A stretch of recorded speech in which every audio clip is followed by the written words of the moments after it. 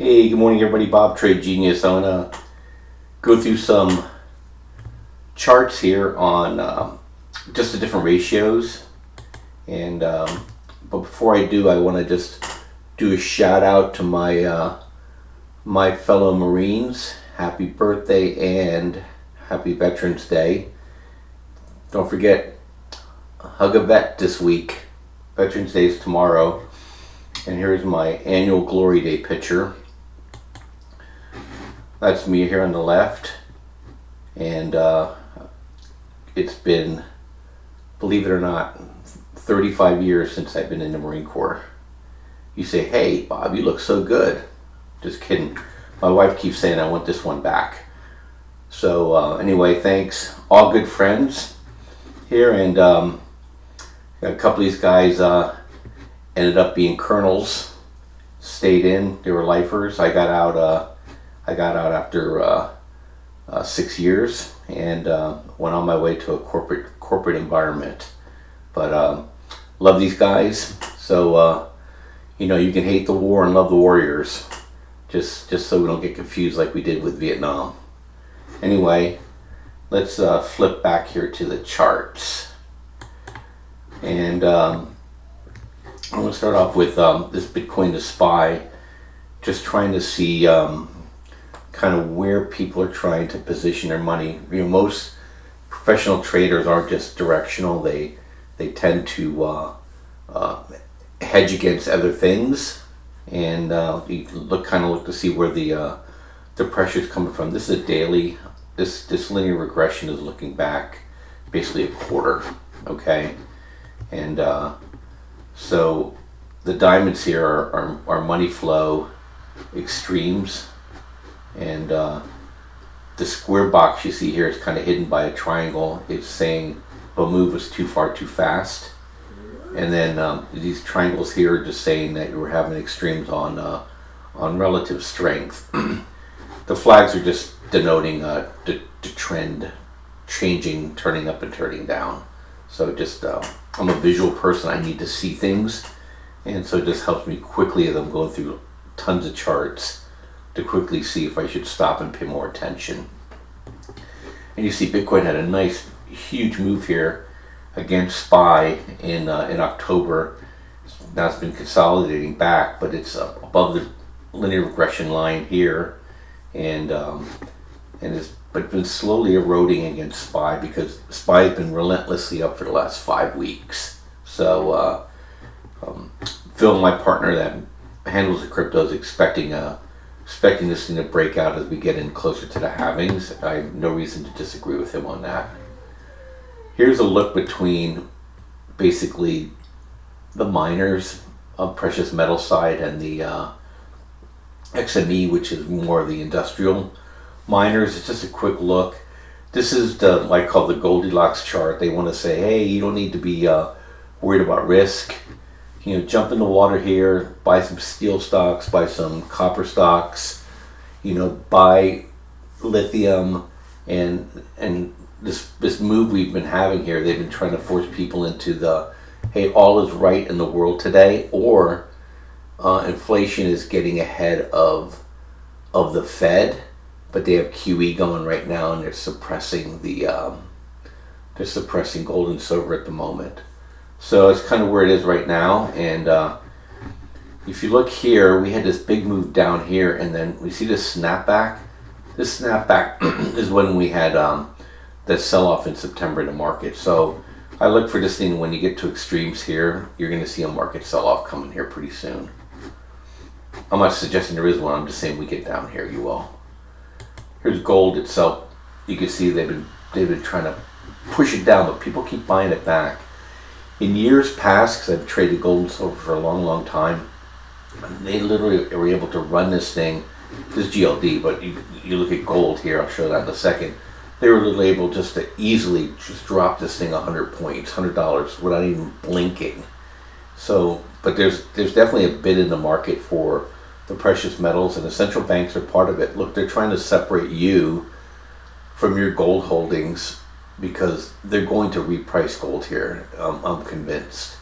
And if you don't have exposure to the metals itself, or the miners that produce them, or even involved in this derivative, you're gonna be left holding the bag because they're basically gonna just devalue the currency, and the currency that I'm in is the dollar. So I see it coming, and they make it sound like nothing's ever going to happen. But people woke up one morning and Roosevelt did an executive order and stole people's gold, and then he turned around and devalued the dollar.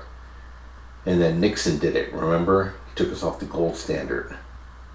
So they do it in a lot of different ways. So just be careful. Here's gold against the miners. The miners are holding up pretty well in comparison. So I think the miners are saying, hey, our balance sheets and our income statements are holding up because they're not killing the price of the metals. And whenever you see these down thrusts like this, it's okay to buy the good miners. We have a couple miners that we're actually positive on right now, that you would think if the way they're hammering gold and silver they would be falling over, but I think they're anticipating that those days are over and we're going into an upcycle. So whenever you see these moves down like this, hey, find your best miners and jump in.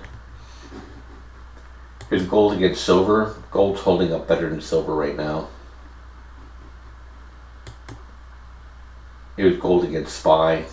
We just talked about that. They're trying to hammer gold to buy SPY. Here's gold itself. This is pretty calm. Sorry for I mark out my charts all the time. This is gold. Pretty benign move here. I mean, we just sold back to August levels.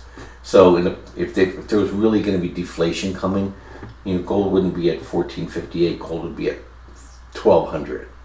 So my thing that I would get worried about is we get down here below 1400, then something else is happening. So put call ratio, they brought it back to neutral, which is amazing to me. It was down there at 0.59, 0.54, and they did it without really selling off the market. Just amazing when you pump $1 trillion in, what you can do. Here's silver itself.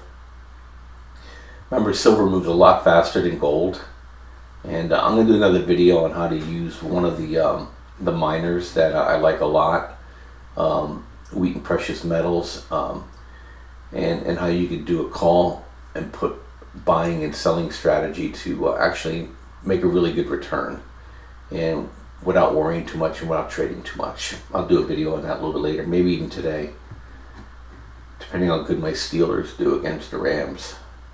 I'm conflicted. I'm out here in Southern California. When I was a kid, I was a Rams fan because back east, the only games you got in the afternoon were the Rams, the Raiders, and the 49ers. So I like all those teams, but I'm a PA boy, so got to go Steelers today. So then here's SPY itself, and I'm watching here now. It's maybe this Thursday here. We're going into OPEX, but there was so many calls written, and now the fact that they brought it back to neutral, trying to understand maybe where we're going here. Trump announced he's not doing any concessions on trade. The meetings might be off, and I've talked about this. There's no way we're going to go back to normal with China ever. We can't. So this is just going to be a game. Trump figured out he can manipulate the algos. Well, the algos are the useful idiots. I'm not really sure which it is, and but we've been up for 5 weeks in a row here. So either we're going to do a blow off or we're going to do a blow down here. But here's some divergence right here in SPY. This is money flow, and money flow is basically the volume weighted relative strength. So basically, as this thing's climbing up, there's less and less interest in it, and so just like I always use the analogy of real estate here. Just because one home sold at the market top doesn't mean that supports the market. You got to look back to see where more of the volume is, and that's probably where it's going to settle. But when you get moves like this is pretty You know, we got one move here, a ledge here, up a ledge here, and if we don't break this, then we're coming back down. If not, we're going to probably try to test the 2 standard deviation up here. This is SPY 312 area, and maybe even, you know, maybe even get up to even 316. I'm not sure yet which, but you know, we also could have topped right here too. Fridays, usually they try to blow it all the way up, and they couldn't beat Thursday's high, which I thought was interesting. Here's SPY against the VIX. I always like to look at this for risk on, risk off, and we're definitely in a risk on mode right now. And but we're getting to the point here where it can't sustain itself. They use the VIX as fuel. They sell volatility. They basically are signaling to the automatic traders here that are doing are looking at volatility to buy or sell. There's no humans involved here, and so if they could keep massaging the VIX down, it forces these hedge funds and managers to buy more of the index. And then you get to a point here where you get a trend change and it starts to roll over, and then you get a September sell-off. So then when it gets to the lower end band here, and look, you could buy calls and you'd have been a hero. Okay. Here's another funding source, dollar yen. They've been using the yen here to finance the market too. UVXY this is just the derivative of VIX, and looking at contango. I'm not going to get into it today, but they've been using this as a fuel source too. VIX itself is down at fairly low levels, but it's not at extreme levels. If you go out to here, you know, we've gotten down. Look how low we've gotten down on this thing. We have a low here of 11.3. Okay, and is that right? I'm sorry, 8.6.